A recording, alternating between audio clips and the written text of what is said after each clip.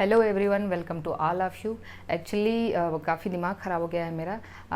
पिछला वीडियो चल रहा था, आई वाज थिंकिंग कि वीडियो शूट हो रहा है, but video was actually paused और मैं पूरा चैप्टर मैंने ख़त्म कर दिया पढ़ाते पढ़ाते। फिर बाद में जब मैंने देखा जाके चैप्टर के बाद कि चलो चैप्टर तो कंप्लीट हो गया है, वहाँ जाने के बाद पता चला कि वीडियो पॉज हो चुका था। तो मुझे ये फिर से वीडियो बनाना पड़ रहा है, तो कोई बात नहीं है, आप लोगों के लिए कुछ भी। तो ये देखिए यहाँ पे जो हम लोग अभी तक पढ़ चुके थे, हमने पिछले लेक्चर में शायद आपको डबल सर्कुलेशन कराया था ना। डबल सर्कुलेशन में हमने आपको बताया था कि दो सर्कुलेशन होते हैं, दो टाइप का, एक ग्रेटर सर्कुलेशन और एक लेसर सर्कुलेशन। तो हमने आपको वहाँ पे डिस्कस किया हुआ था कि पल्मोनरी और that is the we can say systemic circulation. So pulmonary circulation जो है उसमें हमने आपको बताया था कौन कौन से चैम्बर इन्वॉल्व होने जा रहे हैं।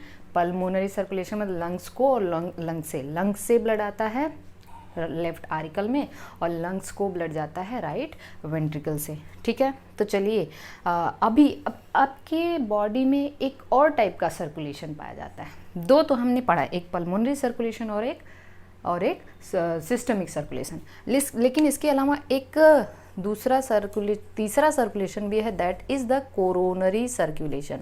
अब आप कहोगे मैम ये कहाँ से पढ़ा रही हैं, हालांकि आप अपना एनसीईआरटी भी पास में रखेंगे तो एनसीईआरटी में ये दिया हुआ है, पेज नंबर 286 पे दिया है। स्पेशल को एकदम लास्ट में पेज के नीचे जाएंगे, special coronary system of the blood vessel is present in our body exclusively for the circulation of blood to and from the cardiac मस्क्यूलेचर।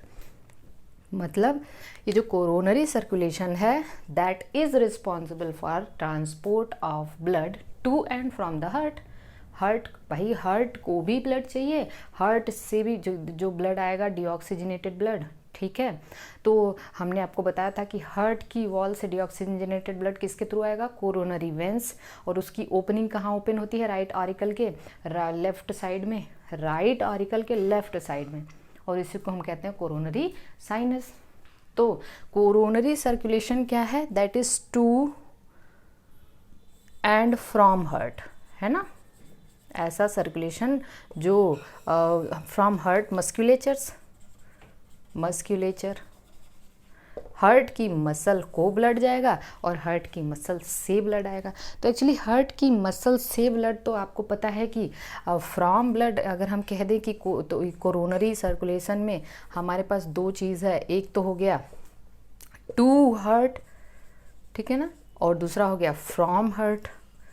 तो फ्रॉम हार्ट से जो ब्लड वेसल्स ब्लड, ठीक है, फ्रॉम हार्ट से जो ब्लड वेसल ब्लड लेके heart में ही open होती है, उसको हम लोग, वो कैसा ब्लड होगा, डीऑक्सीजनेटेड ब्लड होगा, और वो क्या है, कोरोनरी वेंस। तो ढेर सारी कोरोनरी वेंस हैं और ये मिलके एक ओपनिंग के थ्रू खुलती हैं।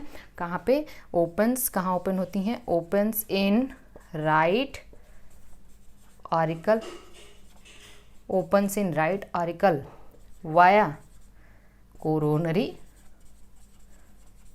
कोरोनरी साइनस, है कि नहीं, ये बताया था मैंने आपको। टू हार्ट को कैसा ब्लड जाएगा, ऑक्सीजनेटेड ब्लड, और ये क्या है, coronary artery. This is what the coronary artery. Coronary artery two in number, कितनी होती हैं, टू इन नंबर, दो होती हैं। देखिए होता क्या है, आप कहोगे आप कोरोनरी आर्टरी होती कहाँ है। जैसे देखिए ये हमारा हार्ट है, ये हार्ट है ना, जस्ट सपोज कर लीजिए राइट चैम्बर है और ये लेफ्ट चैम्बर है। लेफ्ट चैम्बर में जो लेफ्ट वेंट्रिकल है ये राइट वेंट्रिकल है। लेफ्ट वेंट्रिकल से जाता है ना ओर्टा कहाँ से निकलती है, लेफ्ट वेंट्रिकल से। तो जहाँ पे बाइकस्पिड वॉल्व होता है, लेफ्ट वेंट्रिकल में बाइकस्पिड वॉल्व है ना, जहाँ पे बाइकस्पिड वॉल्व होता है उस वॉल्व के जस्ट ऊपर से ये कोरोनरी आर्टरी निकल जाती है। ठीक है, कोरोनरी आर्टरी, और ये एक राइट तरफ और एक लेफ्ट तरफ, इस तरीके से, या वी कैन से कि ये जो है दो कोरोनरी आर्टरी यहाँ से निकलती हैं और ये दोनों ब्लड को कहाँ देती हैं, हार्ट को सप्लाई करती हैं। ठीक है, तो ये जो कोरोनरी आर्टरी है, हमने अभी आपको बताया कि कोरोनरी आर्टरी, ये कोरोनरी वेंस कहाँ से ब्लड लेके आती हैं, कोरोनरी वेंस आपका ये लेके आती हैं, दैट इज़ फ्रॉम, ठीक है, हमने आपको बताया कि ये ब्लड कहाँ से लेके आती हैं, फ्रॉम हार्ट, और कोरोनरी आर्टरी टू हार्ट। ठीक है, तो ये है कोरोनरी सर्कुलेशन। अब आप ध्यान दीजिएगा, वेट 1 मिनट प्लीज़, वेट।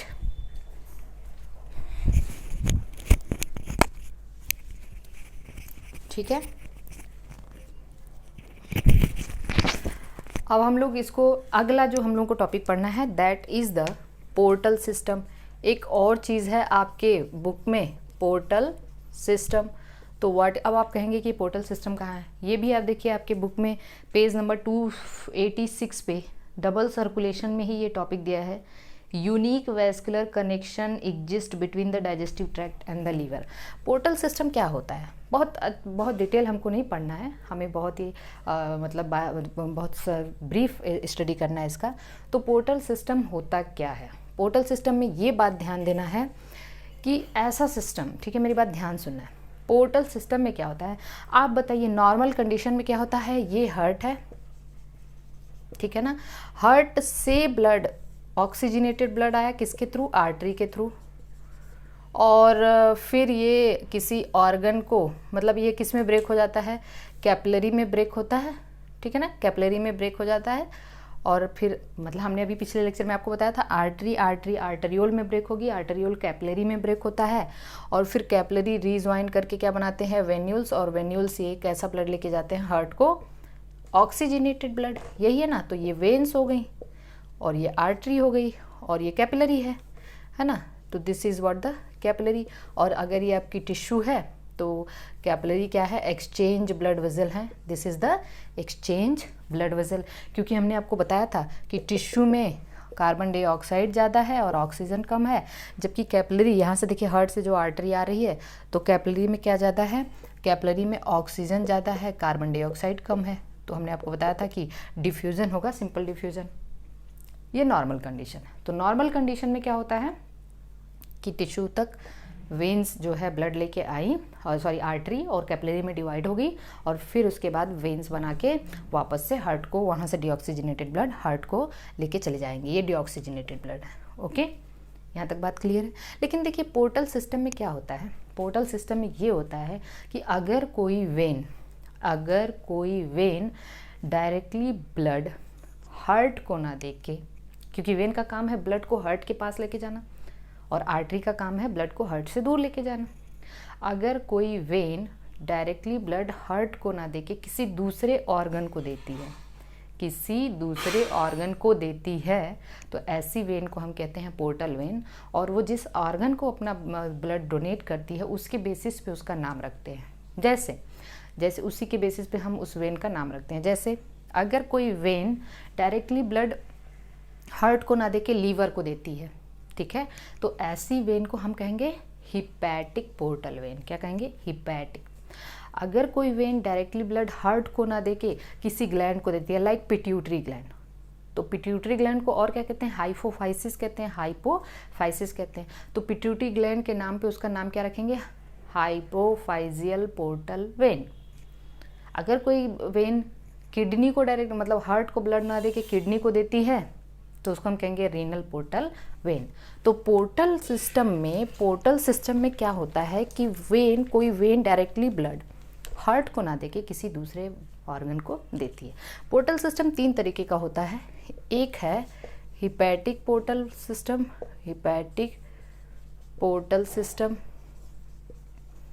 और दूसरा है हाइपोफाइजियल पोर्टल सिस्टम, और तीसरा है रेनल पोर्टल सिस्टम। अब मैं आपको बता दूं कि रेनल पोर्टल सिस्टम हम लोगों में एब्सेंट।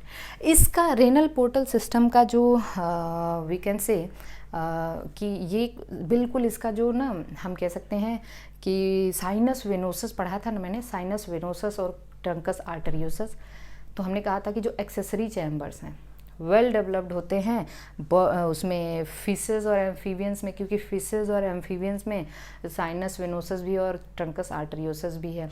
रेप्टाइल्स में केवल साइनस वेनोसस है, ठीक है, मतलब थोड़ा सा रिड्यूस्ड हुआ। बर्ड्स और मैमल्स में एब्सेंट है, सेम वैसे ही है। Renal portal system lower vertebrates में वेल डेवलप होते हैं, जबकि मैमल्स में ये एब्सेंट होते हैं, absent in mammals and birds, ठीक है। तो ये आपको याद रखना, एम्फीबियंस वगैरह है वहाँ होता है।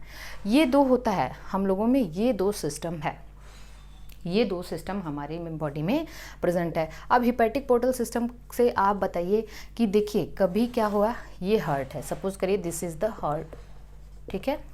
हार्ट से आर्टरी आई, ठीक है, this is the artery. Artery टूट गई किस में, आर्टरियोल में। आर्टरी टूट गई आर्टरियोल में, कैसा ब्लड लेके आ रही है, ऑक्सीजनेटेड ब्लड। भाई ये कैसा ब्लड है, ऑक्सीजनेटेड ब्लड ही तो है ना। आर्टरी लेके आएगी, कौन सी आर्टरीज अभी हम बाद में देखेंगे, ठीक है।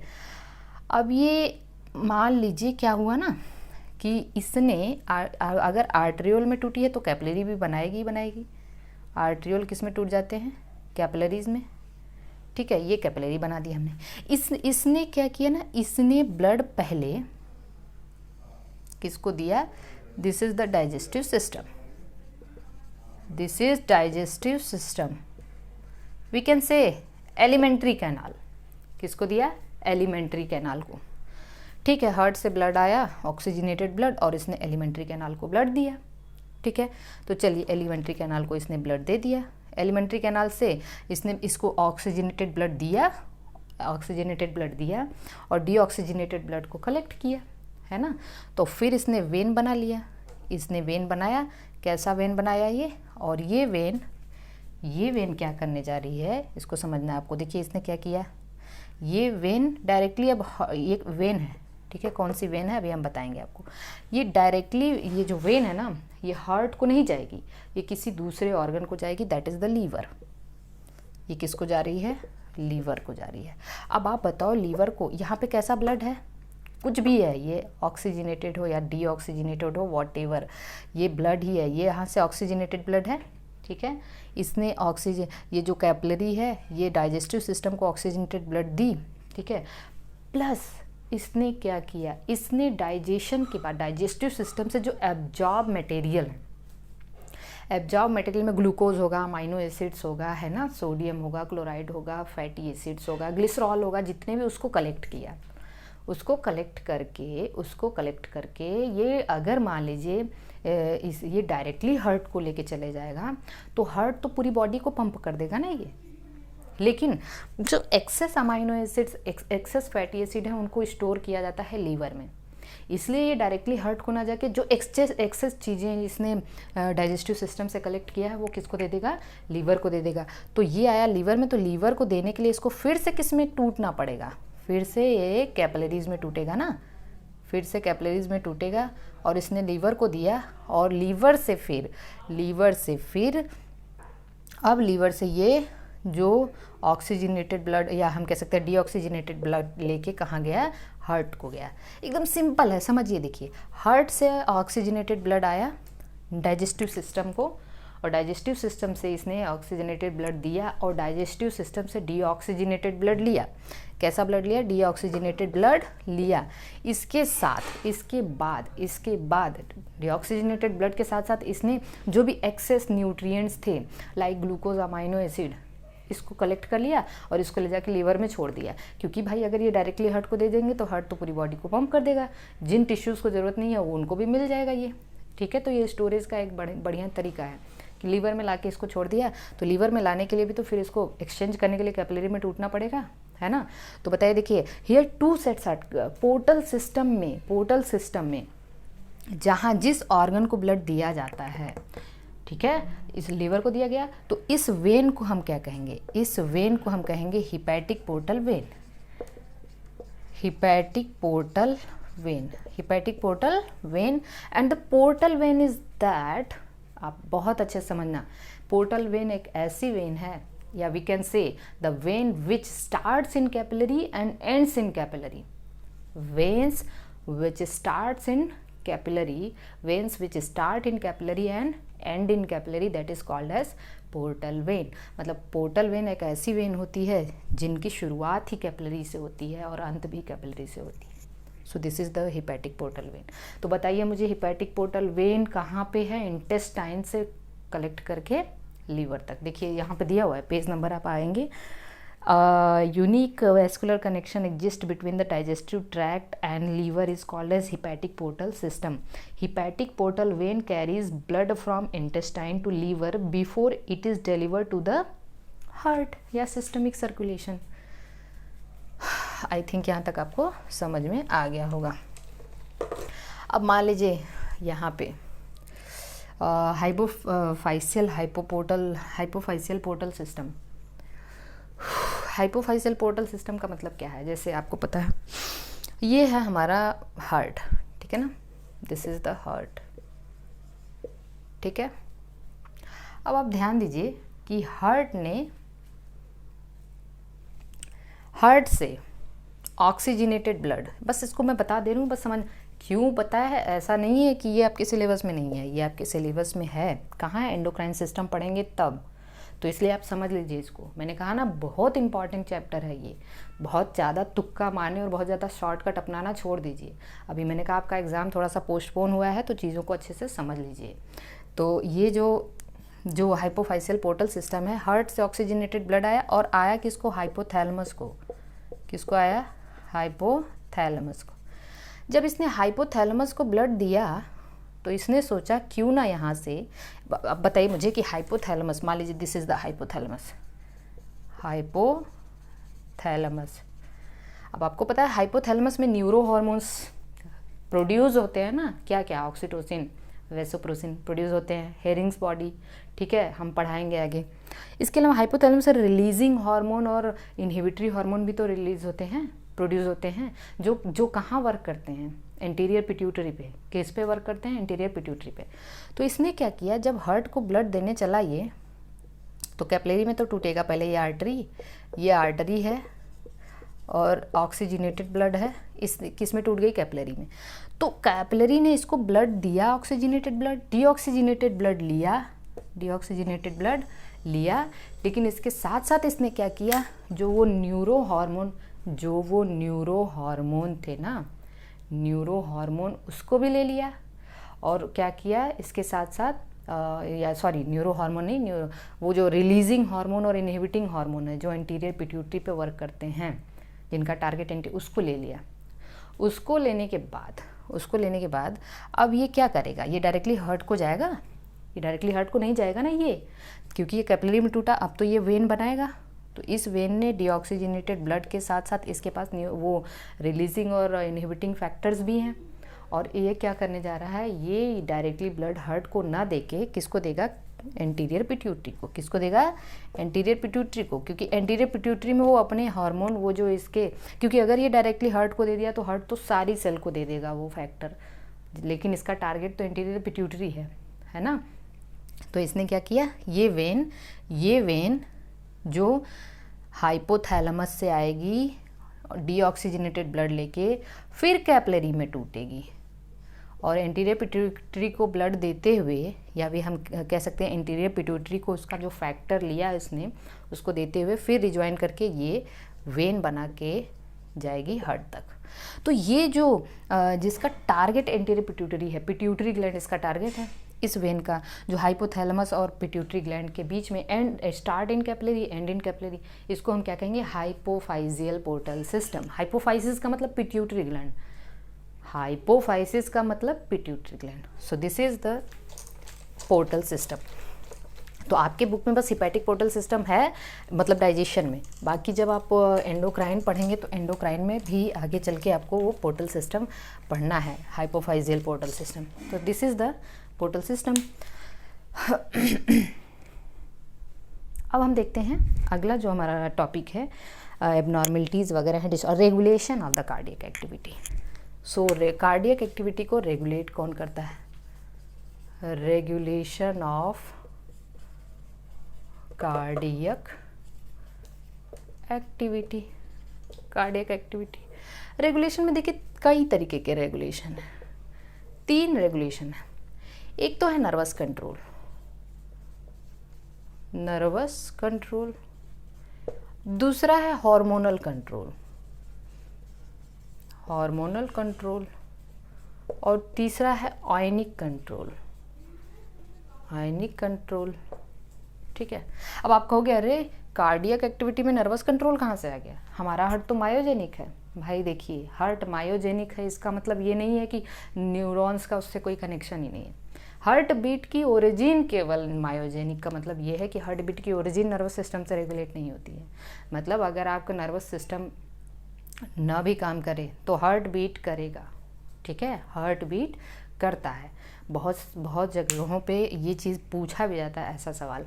नर्वस कंट्रोल का मतलब वो हार्ट की बीट की एक्टिविटी को घटा बढ़ा सकते हैं, ठीक है ना। कैसे, वो हम देखते हैं।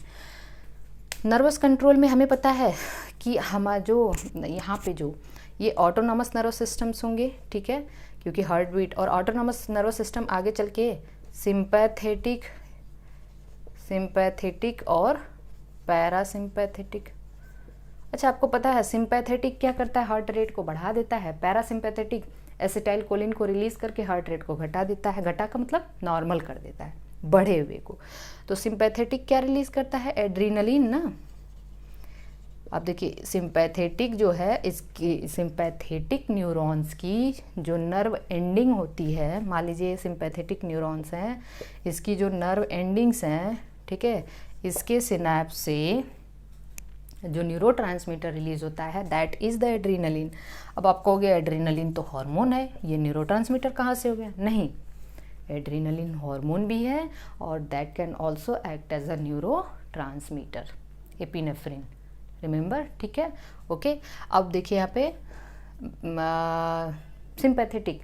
सिंपैथेटिक क्या करेगा, एड्रेनलिन सिक्रीट करेगा, और एड्रेनलिन आपको पता है ये हार्ट बीट को क्या कर देगा, फास्ट कर देगा, तो इंक्रीज हार्ट रेट।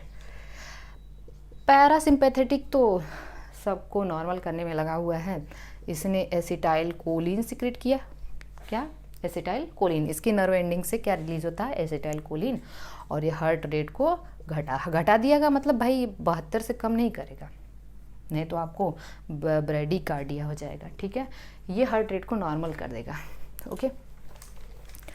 अब आप देखिए ना, हार्मोनल कंट्रोल में से सिंपल वही है कि फिर दो ऐसी ग्लैंड्स हैं, पहला एड्रिनल ग्लैंड, ठीक है, एड्रिनल ग्लैंड, और दूसरा क्या है, थायराइड ग्लैंड। तो चलिए ठीक है, थायराइड ग्लैंड क्या करता है, मेटाबॉलिज्म को ये इंक्रीज करता है, तो ये हार्ट रेट को इंक्रीज कर देगा। एड्रिनल ग्लैंड से फिर वही एड्रिनलिन रिलीज होता है, ठीक है, एड्रिनलिन, तो ये हार्ट रेट को इंक्रीज कर दे।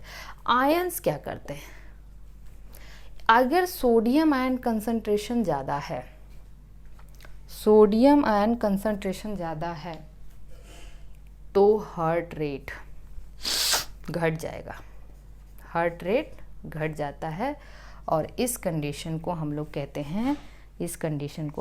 हैं, ब्रेडीकार्डिया। क्या कहते हैं, ब्रेडीकार्डिया। ब्रेडीकार्डिया का मतलब डिक्रीज्ड हार्ट रेट, नॉर्मल से कम। और अगर यहीं पे कैल्शियम आयन का कंसंट्रेशन अगर बढ़ता है, मतलब हाइपरकैलीमिया होता है, तो इस कंडीशन को हम लोग कहते हैं टैकीकार्डिया। क्या कहते हैं, टैकीकार्डिया। टैकीकार्डिया का मतलब इंक्रीज्ड हार्ट रेट। क्या कहते हैं, increased heart rate. So this is all about the regulation of the cardiac activity. अच्छा, कुछ ऐसे फैक्टर क्या क्या हो सकते हैं जो हार्ट रेट को बढ़ाते हैं? बहुत इंपॉर्टेंट चीज़ें हैं ये सब, आपको हालांकि आपकी एनसीईआरटी में नहीं दिया है तो ऐसा नहीं मैं समझती कि आपको नहीं जानना चाहिए। ये सब चीज़ें आपको हमेशा काम देंगी। और हाँ, एक चीज़ बार बार मैं कहती हूँ कि जो एनसीईआरटी रटने वाली आदत है उसको छोड़ दीजिए। आप यहाँ नीट तो पास कर ले जाओगे, और जब आप कंपटीशन बीट करके मेडिकल कॉलेज में जाओगे ना, तो वहाँ पे आपके साथ जो बड़े बड़े कॉम्पिटिटर्स होते हैं, मोस्टली साउथ के बच्चे होते हैं, दिल्ली के बच्चे होते हैं, ठीक है, वो लोग बहुत डिटेल में पढ़ के आए रहते हैं। आप अभी साउथ में चले जाओ या फिर आप बड़ी बड़ी कोचिंग सेंटर्स में, बहुत रटाया नहीं जाता है, वो डिटेल में पढ़ के आए रहते हैं, तो उनका नॉलेज लेवल आपसे हाई होता है। आप रटे हो, आपको एमबीबीएस फर्स्ट ईयर में यही सब तो पढ़ना है। एमबीबीएस फर्स्ट ईयर में आपसे बहुत ज़्यादा चीज़ें, प्रैक्टिकल चीज़ें नहीं करवाई जाती हैं, आपको बेसिक चीज़ें समझाई जाती हैं। आपको थोड़ी नॉलेज होनी चाहिए। अगर आपको नॉलेज है इन सब चीज़ों की तो आप आगे जाओगे, नहीं तो फिर वही डिप्रेशन का शिकार और ये सब सारी चीज़ें आपको परेशान करने लग जाती हैं। और बहुत सारे बच्चे क्विट कर देते हैं, नहीं पढ़ते हैं। बहुत सारे ऐसे बच्चे हैं जिनके ऊपर इतना वर्कलोड पड़ जाता है कि वो पढ़ते नहीं हैं। तो ये रटने वाले, देखिए रटने से दिमाग पे ज़्यादा जोर पड़ता है। ऐसा मत समझिए कि हाँ रट लेने से मतलब सारी समस्या सॉल्व हो जाएगी, तो ऐसा कुछ नहीं है। रट लेने से आपके दिमाग पे ज़्यादा लोड है, ठीक है। तो बस ये समझिए कि अभी जो कुछ ऐसे फैक्टर्स हैं जो कौन से ऐसे फैक्टर हैं, फैक्टर्स अफेक्टिंग हार्ट रेट को जो अफेक्ट करते हैं। पहली चीज़ तो ये है बॉडी साइज़। आपको पता ना, बॉडी साइज़ जितनी छोटी होगी हार्ट रेट उतना ज़्यादा होता है। बॉडी साइज़ जितनी छोटी है, क्योंकि एलिफेंट में आप देखेंगे तो हार्ट रेट बहुत कम है, जबकि एक श्रीव में देखेंगे, माइस में देखेंगे तो हार्ट रेट पर मिनट बहुत ज़्यादा होता है। तो बॉडी साइज़ जितनी छोटी हार्ट रेट उतना। इसका रीज़न ये है कि बॉडी साइज़ जितनी छोटी होती है मेटाबॉलिज्म उतना फास्ट होता है, ठीक है। बॉडी साइज़ जितनी छोटी होती है मेटाबॉलिज्म उतना फास्ट होता है, ठीक है। तो ये चीज़ है, तो मेटाबॉलिज्म जितना ज़्यादा है हार्ट रेट उतना ज़्यादा होगा, ठीक है। तीसरा चीज़ ये है टेम्परेचर इंक्रीज़ हुआ, ठीक है। 1 डिग्री फ़ारेनहाइट टेम्परेचर अगर इंक्रीज़ होता है आपकी बॉडी का तो 10 बीट्स पर मिनट तक हार्ट रेट आपकी बढ़ जाती है। Age is inversely proportional to heart rate.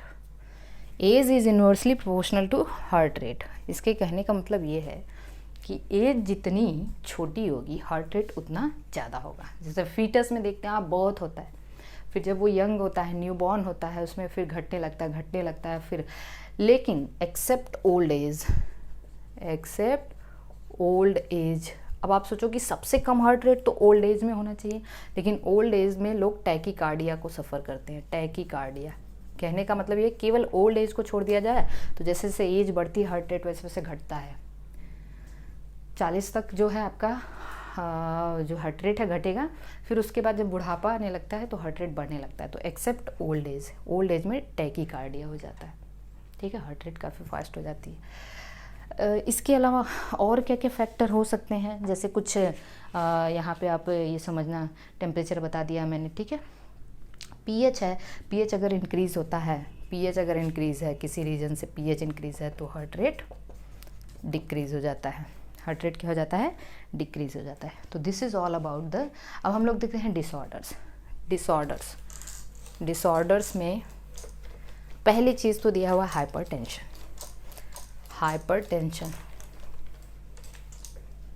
Disorder, heart से रिलेटेड जितने भी डिसऑर्डर्स हैं उसको हम लोग देखेंगे। फर्स्ट इज़ द हाइपरटेंशन, बहुत इंपॉर्टेंट है। अब आपको इसमें इंपॉर्टेंट क्या है, हाइपरटेंशन का मतलब बीपी बढ़ जाना, यही ना। तो देखिए पेज नंबर आप 287 पे आएंगे। हाँ, इसमें दिया है नॉर्मल बीपी आपकी 120/80 होती है, ठीक है ना। और ठीक है, अगर इंडिविजुअल का ब्लड, हाँ अब देखिए अगर 140/90 आया, इससे ज़्यादा है बीपी रिपीटेड बार बार चेक करने पे, तो उसको हम क्या कहेंगे, हाइपरटेंशन। अब एक सवाल बताओ मुझे, अब पहला क्वेश्चन मेरा ये है, हाइपरटेंशन कौन है? 156/86, 130/110, ठीक है, या वी कैन से 110 ये तो हाँ सॉरी 130/90, ठीक है। चौथा ये हो गया नन ऑफ द अबव। बताइए मुझे इसमें हाइपरटेंशन कौन है? अब तो पटाख से आप बता ही दोगे ना। ऑप्शन ए है ना? नहीं है। ऑप्शन कोई भी नहीं है, कोई भी इसमें हाइपरटेंशन है ही नहीं। 140/90, 140/90 होना चाहिए। ये हाइपरटेंशन 156/96 ये है हाइपरटेंशन। मतलब दोनों मैचेबल होना चाहिए। अगर ये बढ़ गया, ये 90 से कम ही है तो हाइपरटेंशन नहीं है। ये बढ़ गया, ठीक है, 120 तो नॉर्मल क्या होता है 120/80, ये बढ़ गया, लेकिन हम कह सकते हैं यहाँ पे ये तो बढ़ गया 80 से, लेकिन ये तो 140 से कम है। तो इस तरीके से आप कंफ्यूज नहीं होना, हाइपरटेंशन। दूसरा है देखिए, इसमें एबनॉर्मलिटी में और ढेर सारी ऐसी एबनॉर्मलिटी है दूसरा शायद आपकी बुक में क्या दिया हुआ है, बुक का ही बता देते हैं। बहुत सारी एबनॉर्मलिटी हार्ट से, heart disorder, coronary artery disease. चलिए इसको पहले बता देते हैं, what is the coronary artery disease. Coronary artery disease में इसमें तो सस्ते में निपटा दिया है, हालांकि अब मैं भी ऐसे ही निपटा दूं, क्योंकि आप कहोगे कि इतना पढ़ के कहाँ जाना है। Coronary artery disease, CAD। आपको पता है कोरोनरी आर्टरी डिफेक्ट 2 होता है। आपने कभी तो सुना ही होगा आर्टेरियोस्क्लेरोसिस, और कभी सुना होगा एथेरोस्क्लेरोसिस। ये 2 अलग टर्म होते हैं, लेकिन इसको सब में एक में ही डाल दिया है इसने। NCERT बहुत सस्ते में निपटाने वाली चीज़ है। कोरोनरी आर्टरी में क्या होता है, जो आर्टरी और, अभी मैं आर्टरी और वेंस के बारे में भी 2 मिनट बताऊंगी आपको। तो आर्टरी और वेंस की जो ल्यूमन होती है, ठीक है ना, तो इसमें जो कोरोनरी आर्टरी है उसके ल्यूमन में, ठीक है, आर्टरियोल्स में, आर्टरियोस्क्लेरोसिस में क्या होता है, कैल्शियम आयन का डिपोजिशन होने लगता है, जिससे इसकी ल्यूमन क्या हो जाती है, नैरो ल्यूमन। तो देखिए, coronary artery often affect the vessel that supply blood to heart, it is called by deposition of calcium. जबकि एथेरो में कोलेस्ट्रॉल और लिपिड, कोलेस्टेरॉल और लिपिड्स वगैरह, फैट्स के डिपोजिशन से ल्यूमन नैरो हो जाती है, नैरो ल्यूमन। इसको एथेरो कहते हैं, ठीक है, एथेरो कहते हैं, और इसको आर्टरियो कहते हैं। लेकिन आपके NCERT में एथेरोस्क्लेरोसिस ही दिया है, तो सब मिला के कैल्शियम, कोलेस्ट्रॉल, फैट सब दे दिया है। तो आप इसको समझ, ल्यूमन जो है which makes the lumen of arteries narrower, arteries की ल्यूमन कैसी हो जाती हैं, नैरो हो जाती हैं। अगला डिसऑर्डर है angina, angina pectoris. Angina pectoris का मतलब एक्यूट चेस्ट पेन होने लगता है, acute chest pain. Acute chest pain a symptom of when no enough oxygen is reaching the heart muscle. जब हार्ट की मसल को एनफ ऑक्सीजन नहीं पहुंच पाता है, तो यहाँ पे angina can occur in men and women of any age, but it is more common among the middle aged and elderly. It occurs due to the condition that affect the blood flow. Heart failure बहुत important है, यहाँ से question आएगा, क्योंकि heart failure, heart attack and cardiac arrest 3 अलग अलग term है। Heart failure, heart attack and cardiac arrest. Page number 288 पे मैं हूँ इस time. Heart failure means the state of heart when it is not pumping blood effectively enough to meet the needs of the body. जब वो enough blood pump नहीं कर रहा है, ठीक है, इसको हम, it is sometimes called as congestive heart failure because of the congestion of lungs is one of the main symptom of the disease. क्योंकि इफेक्टिवली ब्लड जा नहीं रहा है, फ्लो नहीं कर पा रहा है, तो लंग कंजेशन होने लग जाता है।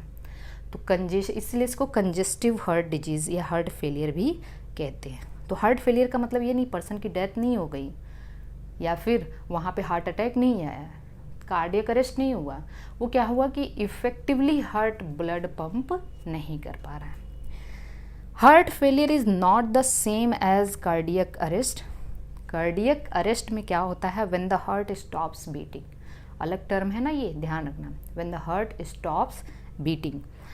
और हार्ट अटैक में when a heart muscle is suddenly damaged by an inadequate blood supply, इसको हम मायोकार्डियल इन्फेक्शन भी कहते हैं। हार्ट की मसल सडनली क्या हो जाती है, डैमेज हो जाती है by inadequate supply, oxygen supply, ठीक है। तो ये सारी चीज़ें हैं आपके आज के चैप्टर में। मुझे 2 मिनट दीजिए, 2 से 5 मिनट, मैं आपको लिम्फेटिक सिस्टम पर, मैंने कहा था ना लिम्फ मैं नहीं पढ़ा रही हूँ, लेकिन मैं आपको लिम्फेटिक सिस्टम पढ़ा देती हूँ बस और बस 2 से 3 मिनट में। लिम्फ क्या है, कैसे बनता है और इसका काम क्या है। तो अगला, क्योंकि ये कहाँ पे है, पेज नंबर 282 पे, द लिम्फ टिश्यू फ्लूइड, इसको क्या कहते हैं, टिश्यू फ्लूइड। लिम्फ को कहते हैं टिश्यू फ्लूइड। बस आप ये समझिएगा क्या हुआ, इसको हम टिश्यू फ्लूइड क्यों कहते हैं। हमारा ये हार्ट है, एकदम ध्यान से देखना, कभी भूलोगे ही नहीं आप, इसको अच्छे से समझ लोगे तो।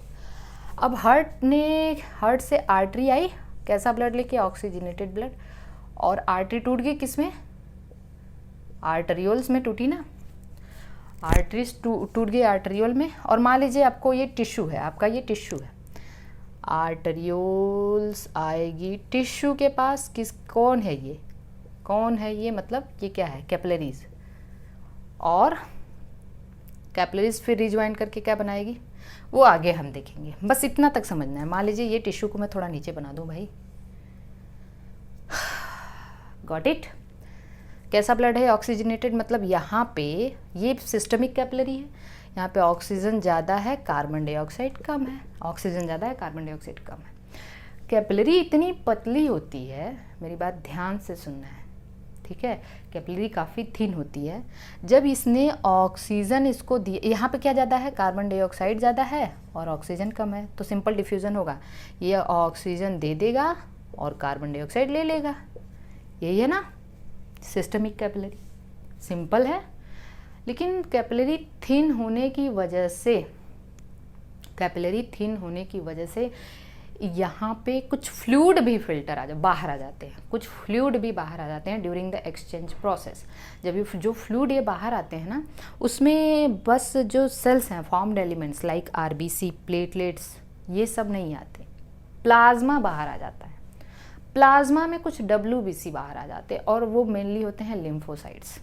तो चलिए देखिए, जो फ्लूइड बाहर आया उस फ्लूइड में क्या है? प्लाज्मा है प्लस लिम्फोसाइट्स है, प्लस लिम्फोसाइट्स। लिम्फोसाइट्स किसके पार्ट है? डब्ल्यू। तो कभी कभी आप कहते हो डब्ल्यूबीसी है। ये जो फ्लूइड है टिश्यू फ्लूइड कहते हैं इसी को। क्या कहते हैं? Tissue fluid. और टिश्यू फ्लूइड का कंपोजिशन क्या है? Blood minus we can say blood cells, blood cells, ठीक है? यही है ना ब्लड सेल्स, ब्लड सेल्स। लेकिन उस ब्लड सेल में क्या रहेगा? या हम ऐसे कह सकते हैं इसको, this is plasma plus WBC, यही तो है टिश्यू फ्लूइड। इसी को हम लिम्फ कहते हैं, इसी को हम लिम्फ कहते हैं। तो लिम्फ कुछ tissue fluid, extra cellular fluid है, वो बिल्कुल किसके जैसा है? ब्लड के प्लाज्मा के जैसा है, क्योंकि कैपिलरी इतनी थिन है कि केवल आरबीसीज और प्लेटलेट्स का साइज बड़ा होता है, वो फिल्टर नहीं कर पाते। डब्ल्यूबीसी के कुछ लिम्फोसाइट्स जो हैं वो फिल्टर कर जाते हैं। अब मान लीजिए कि हर बार हर जगह जब एक्सचेंज हो रहा है तो ऐसे ही फ्लूइड बाहर आता चला जाए, तब तो बड़ा कम हो जाएगा ना अमाउंट, ब्लड का अमाउंट कम हो जाएगा ना, क्योंकि ये फ्लूइड तो ब्लड से ही बाहर जा रहा है, तो ब्लड का अमाउंट कम हो जाएगा। तो इसके लिए कुछ कैपिलरीज इधर फैली रहती हैं जिसको हम लिम्फेटिक कैपिलरी कहते हैं, ठीक है? लिम्फेटिक कैपिलरी, वो उसको लिम्फ को कलेक्ट करती हैं और जाके वेना कावा में ओपन होती हैं। लेफ्ट साइड की जो लेफ्ट साइड की बॉडी से लेफ्ट लिम्फेटिक वेसल्स और राइट साइड की बॉडी से राइट लिम्फेटिक वेसल इस लिम्फ को कलेक्ट करते हैं, ठीक है? क्योंकि इनके पास लिम्फोसाइट्स हैं, तो ये लिम्फॉइड जो भी है डिफेंस मैकेनिज्म में रोल प्ले करते हैं लिम्फ, ओके? और उसके बाद क्या है? ये जाके फिर से ब्लड वेना कावा में मिल जाते हैं, ये जाके वेना। आप कहोगे इसका यूज़ क्या है फिर? ये डिफेंस मैकेनिज्म में रोल प्ले करते हैं। हम लोग पढ़ेंगे जब इम्यून सिस्टम पढ़ेंगे तब समझ में आ रहा है। इनको कलेक्ट करना बहुत ज़रूरी, नहीं तो ब्लड का अमाउंट कम हो जाएगा, है ना? बार बार हर टिश्यू की जगह एक्सचेंज होते टाइम ये छनते रहेंगे, पानी बाहर चलता जाएगा, तब तो ब्लड का अमाउंट कम हो जाएगा। अब देखिए क्या होता है, एक ऐसी ही लिम्फेटिक वेसल है, एक ऐसी ही आपको पता है फूड का एब्जॉर्प्शन कहाँ होता है? इंटेस्टाइन में। और इंटेस्टाइन में क्या होते हैं? माइक्रोविलाई। अभी हम एब्जॉर्प्शन पढ़ाएंगे डाइजेशन इसी के बाद, तो वहाँ पे इसको बहुत अच्छे से समझाएंगे। तो ऐसी लिम्फेटिक कैपिलरी, आपको पता है माइक्रोविलाई होते हैं इंटेस्टाइन में, माइक्रोविलाइज होते हैं, ठीक है? म्यूकोजा लेयर में जब आप इंटेस्टाइन पढ़ोगे तब उसके नीचे सब म्यूकोसा है, सब म्यूकोसा में ब्लड वेसल, लिम्फ वेसल होते हैं ना, और उसी में जो ऐसी लिम्फेटिक कैपिलरी जो डाइजेस्टेड फैट को एब्जॉर्ब करती है, डाइजेस्टेड फैट को एब्जॉर्ब करती है, क्योंकि fat is whitish in nature, milky in nature, ठीक है? फैट कैसे होते हैं? मिल्की होते हैं, लिपिड वाइट होते हैं। तो ऐसी लिम्फेटिक कैपिलरी जो डाइजेस्टेड फैट को एब्जॉर्ब करती है वो वाइट कलर की दिखाई देती है, इसीलिए ऐसी लिम्फेटिक कैपिलरी को हम कहते हैं लैक्टियल। क्या कहते हैं? लैक्टियल। तो लैक्टियल क्या है? Lacteal is the lymphatic capillary with the absorbed fat. Lacteal is the lymphatic capillary with the absorb fat. आप बुक में रीड कर दीजिए, सारे पॉइंट मैंने यहाँ पे जो है कवर कर लिया है। तो lymph is colourless, lymph colourless है क्योंकि भाई उसमें आरबीसी नहीं है, आरबीसी नहीं है, वाइट होता है, कलरलेस होता है। So this is all about this chapter. If आपको कोई भी डाउट है आप कमेंट बॉक्स में लिख भेजिएगा, हम बताएंगे। अगला चैप्टर हम लोग पढ़ेंगे डाइजेशन। मैं एक छोटी सी बात ये कह रही हूँ, देखिए मैंने इस चैप्टर को 2-3 लेक्चर में ही ख़त्म करना था। बहुत बड़ा चैप्टर नहीं है ये, हार्डली 3 हम कह सकते हैं ये 3 घंटे का होगा सब मिला जुला के, क्योंकि बीच बीच में बहुत टेक्निकल इशू होने की वजह से 2 वीडियो मेरा ऐसे बनाना पड़ा, मुझे एक्स्ट्रा बनाना पड़ा, नहीं तो 4 लेक्चर में हो जाते, 40-40 मिनट के 4 लेक्चर में हो जाते ये, ठीक है, 40-45 मिनट का, तो ज़्यादा नहीं है। एक बार आप इसको पढ़िए और अच्छे से समझिए, ठीक है।